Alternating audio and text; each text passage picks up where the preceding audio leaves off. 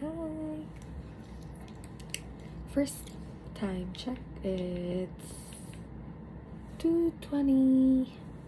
Actually, kanina pa ako nagvi-video dito, like, I guess 1:40, and lahat dinilit ko kasi naiya talaga ako. Anyway, so sana last take ko na to. Thank you sa mga nanood and nag-subscribe. Kahit unti lang kayo, I appreciate it.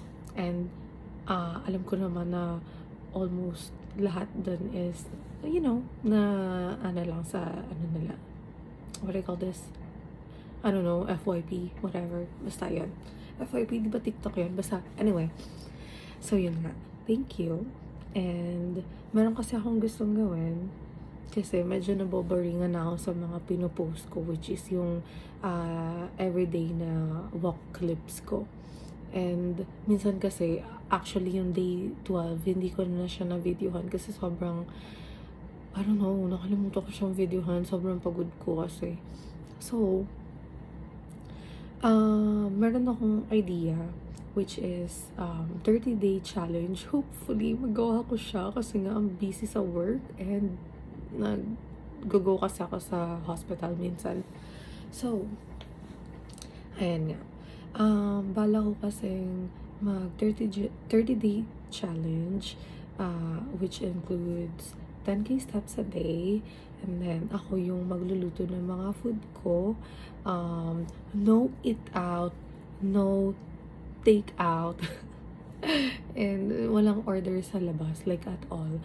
So, however, meron akong mga food dito, like mga processed food, canned tunas, beans, hot dogs. So, yung mga ganon, well, nasa pantry ko na eh. Nakakapanghinayang naman kung itatapon ko lang siya.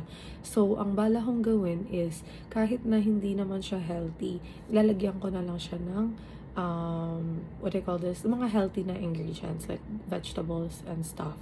So, hindi ko, last time kasi, ang ginagawa ko is, nilalimit ko yung low carb, ay, yung carb ko. Naka-low carb kasi ako last time. Oh no, magti 3 minutes na. Okay. So, ayun nga. So, ngayon, ang bala ko is, hindi naman like totally low carb. Hindi ako magiging strict sa low carb. Pero, as much as possible, babawasan ko pa rin. Like, yung mga carbs na hindi naman talaga need, yung mga sa vegetable, that's okay. Pero like sugary drinks, yun yung iiwasan ko. So, no sodas for me. No mga sugary drinks.